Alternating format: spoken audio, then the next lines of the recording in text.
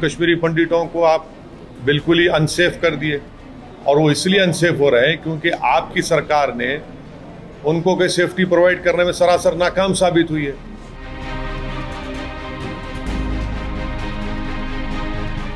नमस्कार, मैं हूं आपके साथ रोहित। एएमआई चीफ असदुद्दीन ओवैसी अपने बयानों को लेकर अक्सर चर्चा में रहते हैं और विवादों में भी बने रहते हैं। देश में कोई भी मुद्दा हो, ओवैसी उस पर अपनी राय रखते हैं, जिसमें अक्सर वो मोदी सरकार को घेरते हुए नजर आते हैं। अब एक बार फिर से ओवैसी हमेशा की तरह सुर्खियों में हैं, क्योंकि पंडितों की मौत पर उनका पारा हाई हो गया है, जिसके बाद उन्होंने सरकार पर जमकर हमला बोला है और मोदी सरकार से तमाम सवाल किए हैं। दरअसल घाटी एक बार फिर से आतंकी वारदात से दहल गई है। एक बार फिर टारगेट किलिंग के निशाने पर कश्मीरी पंडितों को लिया गया है और उन पर हमला किया गया है।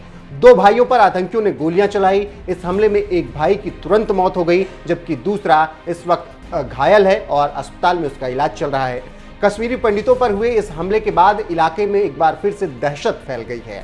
लगातार घाटी में हो रही इस तरह की टारगेट किलिंग से माहौल बेहद गरमाया हुआ है। विपक्ष केंद्र सरकार पर हमलावर है। धारा 370 हटने के बाद भी स्थितियां ठीक नहीं है, ऐसा विपक्ष लगातार सरकार पर आरोप लगा रहा है। वहीं कश्मीरी पंडितों के पलायन की भी खबरें लगातार आ रही हैं। वहीं इससे पहले भी कुछ महीने पहले ये खबर आई थी कि वहां पर कश्मीरी पंडित काफी डरे हुए हैं, इसीलिए वो घाटी छोड़कर कहीं और बसने के लिए मजबूर हैं। अब जब लगातार घाटी में इस तरीके की वारदात हो रही है और 2 कश्मीरी पंडितों पर, जो कि सगे भाई थे, उन पर गोलियां चलाई गई, जिसमें एक की मौत हो गई। जब हमारा वाक़ा हुआ मेरे भाई के साथ, मैं 4 बार ड्यूकॉम के पास गया, डीसी के पास गया। उन्होंने एक बात ही हमारी नहीं सुना, बोला अपने गांव में बैठो, उधरी मारो, उधरी करो अपना काम। इसीलिए आज हमें ये देखना पड़ा, पहले उनको लाओ, इनको यहाँ से दफा करो, फ्रॉम सर्विस करो डीसी और ड्यूकॉम साहब को। उन्होंने कुछ नहीं, उनको बोला यहाँ हर जगह सीआरपी डाली, हर जगह पुलिस डाला, यहाँ क्या दिया हमें? कौन सी सिक्योरिटी है? यही सिक्योरिटी रखी हमें यहाँ। एआईएमआईएम चीफ असदुद्दीन ओवैसी ने केंद्र सरकार पर जमकर निशाना साधा। उन्होंने कहा कि बीजेपी ने जम्मू कश्मीर में एलजी को नियुक्त किया और केंद्र शासित राज्य में सरकार असफल साबित हुई। धारा 370 ये कहकर हटाया गया, कश्मीर में अमन और शांति आएगी, कश्मीरी पंडितों को बसाया जाएगा। आज यहाँ लाकर उन्हें एकदम से असुरक्षित छोड़ दिया गया है। कश्मीरी पंडितों को वहां पर मरने के लिए छोड़ दिया गया है। फिलहाल सुनिए किस तरीके से एआईएमआईएम चीफ असदुद्दीन ओवैसी मोदी सरकार पर हमलावर हैं और पंडितों की मौत पर उनका पारा हाई हुआ है, जिसके बाद उन्होंने सरकार से तमाम सवाल किए हैं।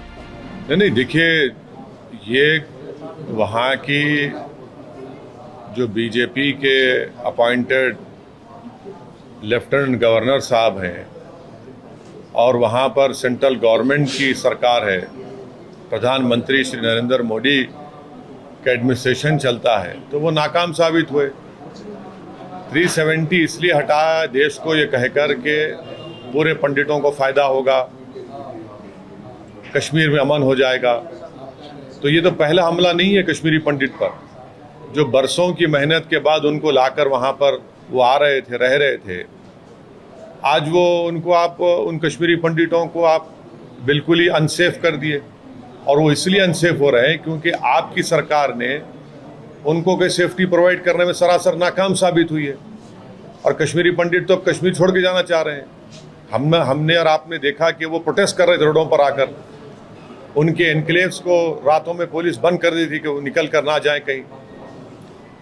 तो ये मोदी सरकार की नाकामी का एक और मिसाल है कश्मीर में, और इसकी पूरी जिम्मेदारी जो है वो भारतीय जनता पार्टी और उनकी सरकार पर आती है कि उन्होंने वो कश्मीरी पंडितों को उनकी जान की हिफाजत करने में नाकाम साबित हो रहे हैं।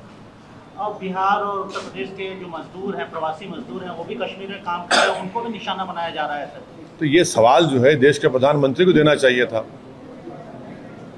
इस बात का जवाब जो है गृह मंत्री को देना चाहिए, रक्षा मंत्री को देना चाहिए, बीजेपी को देना चाहिए। आपने बड़े बुलंद बांग दावे किए थे, अब क्या हुआ उन दावों का?